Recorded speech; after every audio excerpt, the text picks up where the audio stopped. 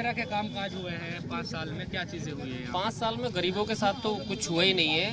और ये है मतलब गरीबों के साथ तो कुछ हुआ ही नहीं है। गरीबों के साथ तो परेशानियों के अलावा कुछ हुआ ही नहीं है इस सरकार में। क्या करते हैं आप? मतलब मेरा तो कारोबार है छोटा मोटा। अच्छा। और वो प्रभावित भी हुआ होगा? बहुत ज़्यादा हुआ है। 2 साल से तो बहुत ही ज़्यादा है। 2020-2021 में लॉकडाउन में मतलब जो हमारा जो कारोबार है वो बिल्कुल ही ख़राब रहा है। और क्योंकि हम कूलर वाली घास का काम है हमारा। अच्छा। अब जब सीज़न के टाइम पे वो सारा लॉकडाउन लगने के बाद सारे काम का नाश हुआ है। और छोटा वाला तबका जो हम लोगों से जुड़ा हुआ है उसकी भी कंडीशन ऐसी रही है कि वो भी बहुत परेशान रहा है। जब काम बंद होगा तो सारी चीज़ें बेकार हो जाएंगी। मुस्लिम आबादी यहाँ सबसे ज़्यादा है जी। और वही ये डिसाइड करती है कि किसको वोट देना है किसको नहीं, और उन तमाम चीज़ों की वजह से समाजवादी पार्टी को फ़ायदा मिलता है। जी जी, यही वजह है जी। बताइए आप। ऐसा है साहब, आज 74 साल हो गए इस कौम को डराते हुए। क्या अगर तुम इलेक्शन लड़े तो ये बीजेपी आ जाएगी।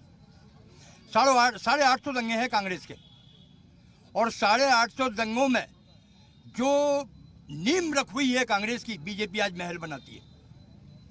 और सुनिए, 92 में अगर बाबरी मस्जिद का फैसला नहीं हुआ होता तो आज राम मंदिर निर्माण का स्वागत नहीं हुआ होता।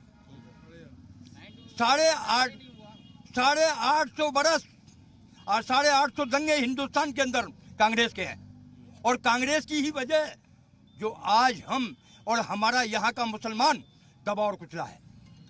सबसे बड़ी बात तो ये है, आज मुसलमान अछूत हो चुका है। अखिलेश यादव अछूत मानते हैं ना मुसलमान को, फिर उन्हें मुसलमानों का वोट क्यों चाहिए? अखिलेश यादव अगर सरकार बनाने के मूड में होते हैं यूपी के अंदर तो ओवैसी से गठबंधन करना जरूरी है। ओवैसी ने तो कोशिश की थी ओवैसी ने, लेकिन अखिलेश यादव बोले नहीं, हमसे हिंदू कट जाएगा। आज भी 2017 के चुनाव में यादवों ने वोट नहीं दिया अखिलेश को। जो भी फैसला किया मुसलमान ने किया, और मुसलमान बैंक वोट था अखिलेश का। लेकिन आज जो हमारे कौम का रहनुमा जिसने का एनआरसी और एसीसी पे डबल बिल फाड़ा, मोदी के बिल फाड़कर मोदी के और आजमी शाह के ऊपर फेंका। देखिए, हमारे कौम की आवाज सिर्फ एक ही है, ओवैसी। ओवैसी के अलावा हमारा कोई लीडर नहीं है। चलो भाई, बात करने दो। आप नहीं बोले ना, आप नहीं बोले ना। कौम की आवाज ओवैसी, और ओवैसी जिंदाबाद।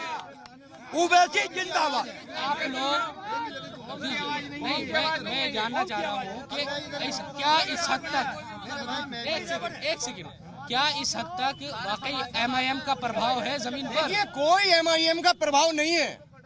MIM, कांग्रेस, भारतीय जनता पार्टी, ये सब माननीय अखिलेश जी की सरकार को रोकना चाहते हैं। लेकिन उत्तर प्रदेश की आवाम ने ये पूरा मन और विश्वास बना लिया है कि 2022 में 350 सीटें लाकर समाजवादी पार्टी की सरकार बनेगी। देखिए, ये सब ख्वाब की बातें हैं, और कांग्रेस ही आखिरी विकल्प है। लोगों को अपने हल जो देखने मिलेगा वो कांग्रेस में मिलेगा, चाहे हैदराबादी बिरयानी हो, चाहे अंग्रेजी हो। जल्दी देखिए, 1 मिनट सुनिए। देखिए, अब सच्चे कायद की जरूरत है जो तमाम विकास या शिक्षा के मैदान में काम करे। वो एक जो उम्मीद दिखाई दे रही है वो ओवैसी साहब में दिखाई दे रही है। और यहाँ 2,30,000 मुस्लिम वोट है, मुस्लिम बहुल्य सीट है। तमाम लोगों ने ये मन बना लिया कि सबने अपने कायद बना लिए। सबके कायद हैं 6% वालों के, अरे 11%, 2%, हम भी अपने कायद बनाएंगे। देखिए, ऐसा है, सुन लीजिए, अभी जिला पंचायत चेयरमैन का चुनाव हुआ है। पूरी सपा ने चेयरमैन को सपोर्ट किया। क्या ये बीजेपी की बी टीम नहीं है? आपको लगता है बीजेपी टीम?